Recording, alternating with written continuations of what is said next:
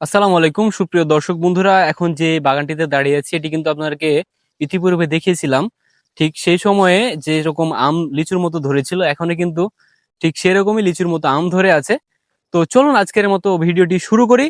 Let's get started. এই বাগানটিতে যাওয়ার জন্য শুরুতে আমাদেরকে মহানন্দা নদী পার হতে হয়েছিল, সেটি আমরা নৌকাতে করে পার হচ্ছিলাম। নদীর উপরে নৌকার উপরে যখন আমরা থাকি তখন আমাদের চোখের সামনে যে ভিউটা ভেসে ওঠে সেটা কিন্তু সত্যি মনোমুগ্ধকর। আজকের এই ভিউটা আরো বেশি সুন্দর ছিল, কারণ এখন চলছে আষাঢ় মাস এবং আষাঢ় মাসে সাদা সাদা মেঘ আকাশে ভাসছিল। সেই সাথে শেষ বেলায় আকাশে কিছুটা রোদ ছিল এবং সেই সাথে কিছুটা আকাশ পরিষ্কারও ছিল, যার কম্বিনেশনটা খুব দারুণ ছিল। একই সাথে নদীর পানিতে কিন্তু মৃদু ঢেউ ছিল, যেটা দেখার মতো ছিল এবং খুবই সুন্দর লাগছিল। সেই জন্য আমি এই দৃশ্যগুলোকে ক্যামেরাবন্দি করেছিলাম, যাতে করে আপনাদের সামনে তুলে ধরতে পারি। রায়নগর ঘাট দিয়ে পার হওয়ার সময় নদীর ওপাশে যে ঘন মেহগনির জঙ্গল থাকে সেটা কিন্তু দেখার মতো একটি সৌন্দর্য।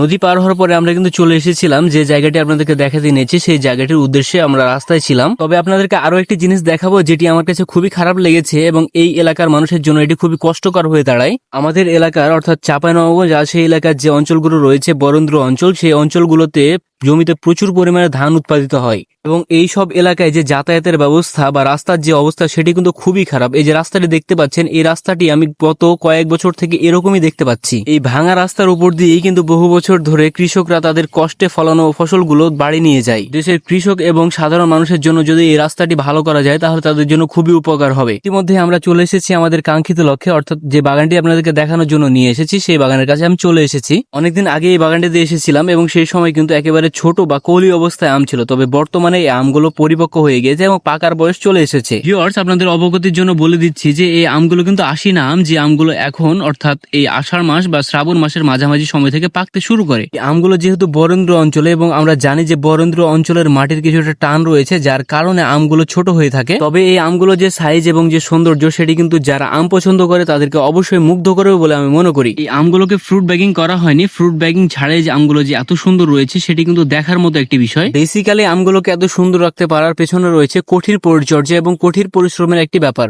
আদারওয়াইজ যে আমগুলো নষ্ট হয়ে যেত, কেননা পাশে আর কোনো বাগান নেই এবং এর পাশে যে জমিগুলো রয়েছে সেই জমিগুলো কিন্তু প্রচুর পরিমাণে ঘাস লেগে আছে। এই আমগুলোকে সুরক্ষিত রাখার জন্য বিভিন্ন ধরনের কীটনাশক, বিষ এবং কেমিক্যাল দিয়ে কিন্তু আমগুলোকে সুরক্ষিত রাখা হয়েছে। যদিও এগুলো আশিনা আম, তবে কালারগুলো অনেক সুন্দর হয়ে আছে এবং টকটকে রং ধরে গেছে।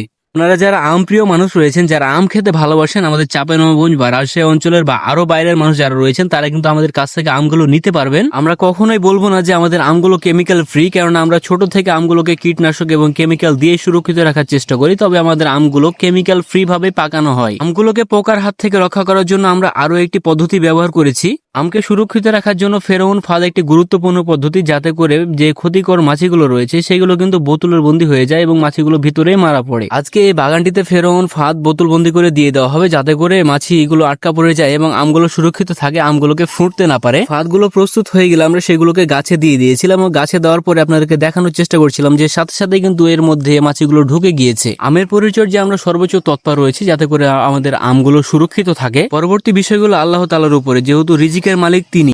দর্শক বন্ধুরা, এই বাগানে যে আমগুলো রয়েছে একেবারে ফ্রেশ কোয়ালিটির আম এবং এগুলো ঝিনুক আশিনা, একেবারে ফ্রেশ কোয়ালিটির। এই গাছে যে আমগুলো রয়েছে সেগুলোর যে সৌন্দর্য সেটি কিন্তু আপনাকে একেবারে অভিভূত করবে। সেই সাথে আশিনা আম, এই আমগুলো এখন থেকে আরো প্রায় 1 মাস মতো পরে পাকতে পারে।